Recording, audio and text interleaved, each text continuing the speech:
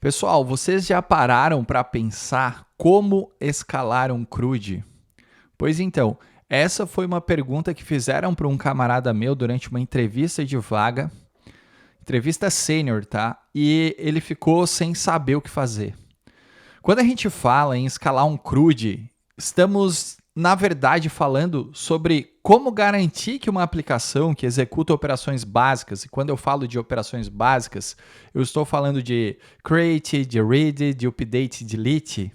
Então, como uma operação que tem tudo isso continue performando bem à medida que a quantidade de usuários, que a quantidade de dados ou que a quantidade de requisições cresce, né? Então, escalar um CRUD vai, além de simplesmente permitir mais requisições simultâneas, porque envolve cuidar de performance, envolve cuidar de consistência, envolve cuidar de disponibilidade e principalmente custo. E então eu resolvi nesse vídeo aqui fazer um passo a passo para demonstrar para você como é possível escalar um CRUD, beleza? Então se liga aqui no que eu pensei. Passo a passo para a gente poder escalar um CRUD. Essa foi uma entrevista que foi feita para um sênior amigo meu. Que todo mundo acha que isso aqui pode ser simples, né? Mas na verdade não é tão simples assim. Então, o que eu considero aqui, né, como o primeiro passo? Então, o passo 1, vamos botar aqui, passo 1, tu vai precisar identificar o gargalo real, certo? CRUD, pessoal, geralmente ele tem o read, que é consultas, como ponto de vista mais crítico, né? Mais difícil ali. Então, tu tem que acabar usando ferramentas de observabilidade, isso eu estou falando de logs, de métricas, para tu tentar identificar o quê? Queries lentas, né? Lentas. Que mais? Locking atualizações, tá? Que mais? Problemas de concorrência em writes, na parte de escrita. Então, o primeiro passo é tu identificar o real gargalo do teu CRUD, certo? Qual que seria o segundo passo aqui, na minha visão, né? Tu tem que pensar na parte de escalonamento horizontal versus vertical. Vertical, escrevi errado. Escalonamento horizontal versus vertical. Quando eu falo de escalar na vertical, pessoal, significa que eu vou melhorar o hardware do banco, né? Então, vou botar aqui, ó, melhorar o hardware do banco. Quando eu falo melhorar o hardware do banco, é colocar mais CPU, mais memória RAM, discos mais rápidos, e isso é um grande problema. Por que isso aqui seria um grande problema? Porque pode ser que é extremamente,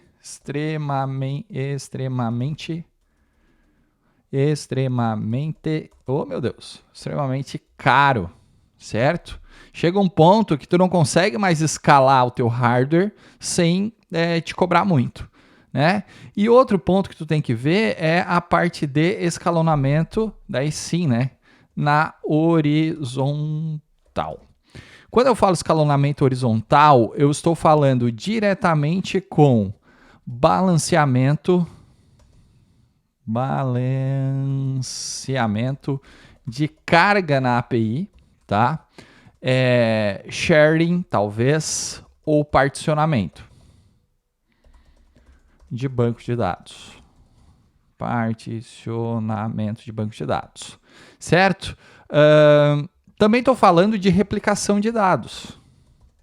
E essa replicação de dados, pessoal, eu estou falando para escalar a leitura das informações, né? Os nossos selects, tá? Então, primeiro ponto, identificar o gargalo. Segundo ponto, validar o escalonamento que tu vai usar, se é horizontal ou vertical.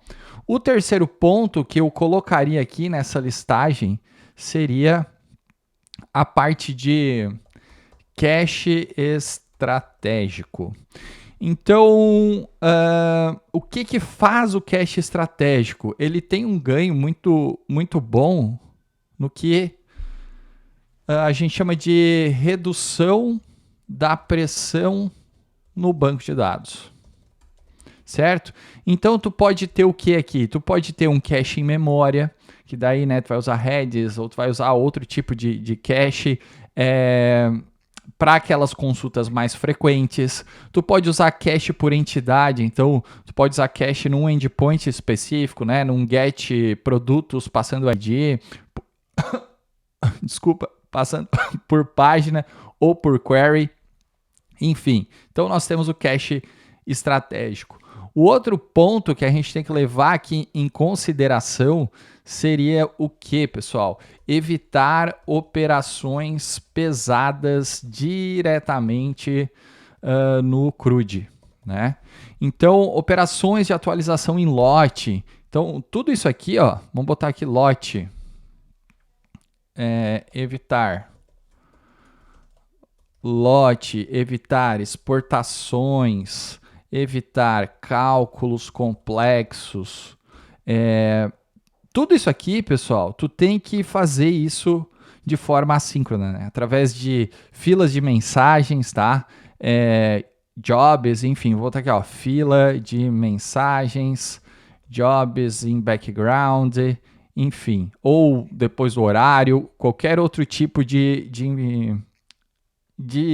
trabalho aqui que tu vai fazer sem comprometer, né, a tua principal parte do teu sistema CRUD, tá? Então tu vai ter que realmente evitar operações pesadas, beleza? Depois, por último aqui, não é por último, né? Tem um monte que eu posso falar aqui, né? Eu não pensei também, mas tu tem a parte de otimização de queries e modelagem eficiente, né? Então, quando eu falo em otimização de queries e modelagem eficiente, a gente está pensando diretamente em indexação correta no banco, né? E quando eu falo, né, de indexação correta, eu estou falando para a gente evitar o que aqui, né? Evitar over-index. E isso aqui, pessoal, acontece muito, tá? E aconteceu comigo nessa semana que eu estava analisando um banco de dados muito lento num dos meus maiores clientes. Então, over-index é absurdo assim nas tabelas, tá? Outra coisa aqui que a gente tem que pensar em criar consultas com páginas, né? Ou paginadas. Consultas paginadas, sempre. Não retornar tudo, vamos botar assim, né? Consulta paginadas, beleza? Depois a gente também vai ter que evitar jobs desnecessários. E avaliar se o modelo relacional continua adequado ou se precisa considerar talvez, né, um NoSQL para cenários específicos, tá? Então, o quinto passo é isso aqui.